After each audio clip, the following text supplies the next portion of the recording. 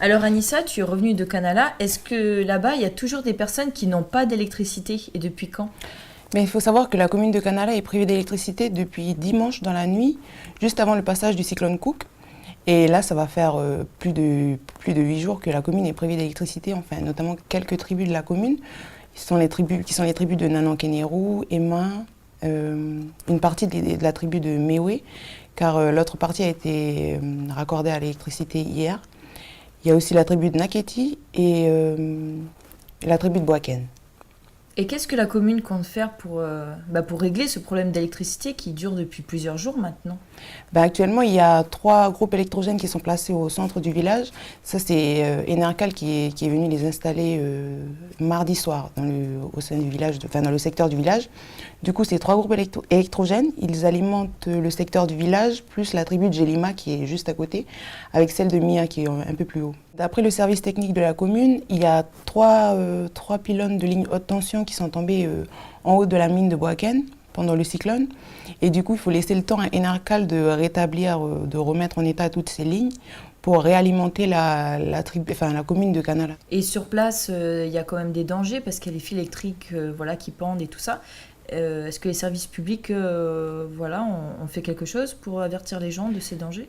Dans quelques tribus, ils ont remis en place ces fils électriques, mais dans d'autres, il y a toujours des fils qui pendent sur les routes, et puis il y a des pylônes aussi qui ont été, des gros pylônes en béton qui sont tombés sur les bas-côtés de la route. Et ils n'ont pas vraiment mis de signalisation avant ou après, c'est juste qu'ils ont accroché sur les fils des rubans rouges et blancs. Mais en fait, c'est juste au niveau des fils qu'on se rend compte du danger. Mais il y a pas ça reste dangereux. Voilà, ça reste dangereux. C'est à nous d'être vigilants quand on roule sur les routes de la commune. Quelles sont les conséquences directes de toute cette période sans électricité sur Canala? Les conséquences directes, je vais plus te parler de la tribu de Naketi, d'où je viens.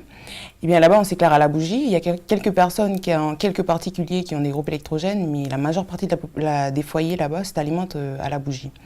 Et pour se ravitailler, il faut qu'on aille jusqu'au commerce dans le village.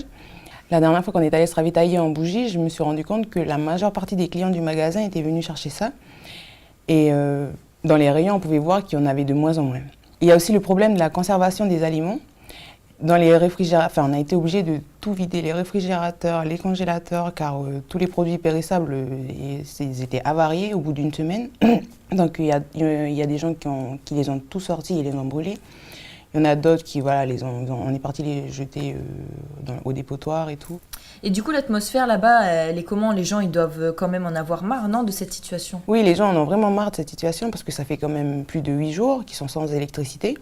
Ça va en journée, ils peuvent faire, on fait comme on peut. On peut vivre la journée. On peut vivre la journée sans électricité, mais après, quand vient la nuit, on est obligé de faire comme j'ai dit, s'éclairer à la bougie.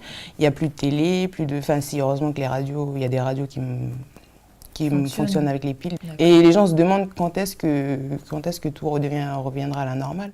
Merci en tout cas Anissa pour ton témoignage. Tu vois, j'ai préparé le fil là. Lui, il va alimenter la télé, la petite lampe de chevet et puis tout ça. Là, je vais mettre là. De toute façon, c'est simple. Hein.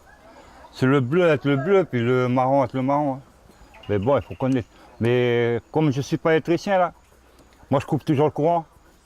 Gaston n'a aucune formation en électricité. Et pourtant, il se charge tant bien que mal de rétablir le courant à la maison. Le cyclone Cook a détruit la moitié de son habitation et avec elle, son installation électrique. Depuis, cet habitant de la tribu d'Ina à Poindimier et sa famille vivent sous des bâches. Si les installations sont sommaires, Gaston tient à apporter un minimum de confort à sa famille. J'ai mis une prise. Là j'ai mis une douille là, en haut, que je vais brancher pour faire voir que ça marche. Voilà. Tu vois. En Nouvelle-Calédonie, la distribution du courant électrique est assurée par 2 sociétés, à savoir Enercal et EEC. Cependant, lorsque des dégâts sur le réseau électrique sont constatés après le compteur, les réparations sont à la charge du particulier. Ainsi, comme Gaston, nombreux font le choix d'effectuer les travaux eux-mêmes, une intervention qui n'est pas sans danger. Il y a des petites entreprises d'électricité, là, appelez-les. Ils viennent, c'est plus sûr. Ça vous sauvera une vie, ça vous sauvera votre maison, vos matériels. Ne jouez pas avec le courant. Cela est très risqué. Ce père de famille sans emploi a conscience du danger qu'il encourt, mais faire appel à un professionnel devient rapidement un gouffre financier. Le seul truc que j'ai acheté là, c'est le carton là. Ça c'est important. Et puis les dominos. Et t'en as eu pour combien? À peu près 1000 et quelques. Les risques restent nombreux. Ainsi, il est fortement conseillé de faire appel à une entreprise spécialisée pour toute intervention sur les réseaux électriques. Pour l'instant, l'unité dingue est fermée. Elle n'aura pas d'objet d'être réouverte à très court terme. Mais ce que je dis aujourd'hui, dans 2 jours ou 3 jours, peut s'avérer faux et que nous allons la réouvrir.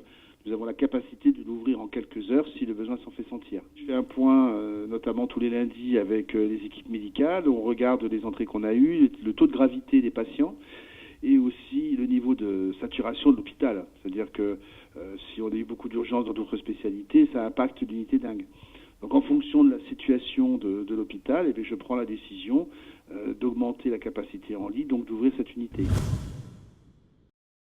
Et au fil des ans, donc, je suis allé vers les familles des 19 également. Ça fait 5 ans à peu près aujourd'hui. Chaque année, le 22 avril, les responsables, les coutumiers, le maire de Lille, les gens des familles, plusieurs familles viennent à la brigade pour notre dépôt, comme ce sera le cas samedi, là, le 22 avril. Mais en contrepartie, le 5 mai, moi je vais à Wadrilla pour effectivement être présent pour les 19. Donc après on se recueille sur le mémorial des 19, sans oublier bien sûr Yewene, Jean-Marie Chibaou et Djoubeli Wea, bien évidemment, parce que c'est pas que 4 gendarmes et 2 parachutistes, comme je vous l'ai dit, c'est aussi 19 Mélanésiens, c'est Jean-Marie Chibaou, c'est Djoubeli Wea, c'est Yeye. C'est tout lié tout ça, hein. Tout lié, donc c'est pas 4 morts et puis 2 morts, 6 morts, c'est 28 morts quand même, c'est important. C'est important, donc ça y est, nous arrivons maintenant à progresser ensemble. Voilà.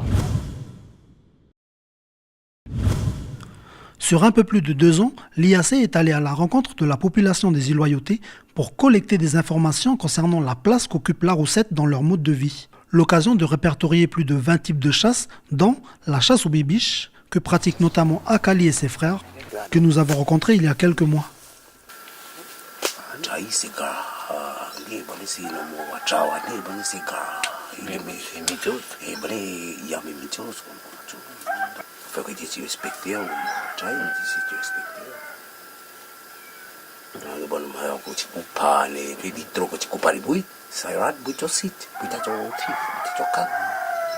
Les échanges entre l'IAC et les habitants des 3 îles serviraient de base de réflexion sur un nouveau mode de gestion de la ressource, tout en se référant aux pratiques ancestrales, comme par exemple la gestion des toas, ces lieux de chasse situés sur des couloirs de passage de ces mammifères volants.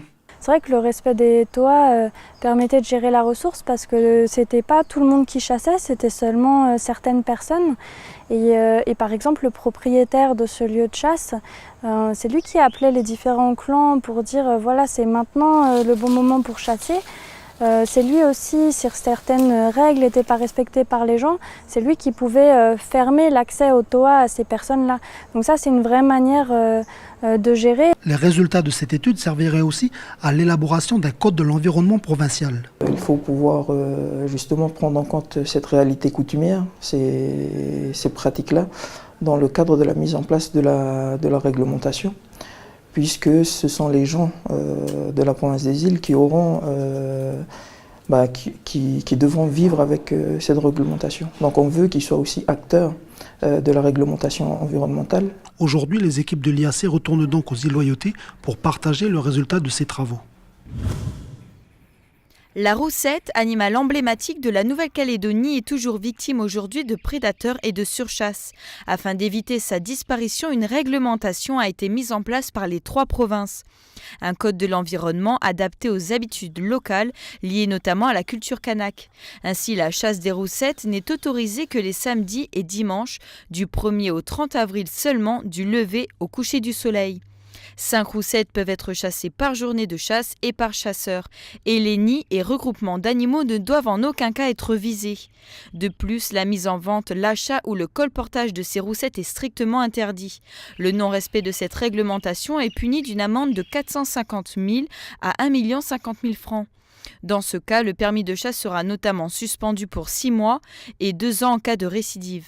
Dans certains cas, une dérogation peut être néanmoins donnée s'il s'agit d'un fait de nature sociale ou économique ou encore en faveur de la recherche ou de l'éducation.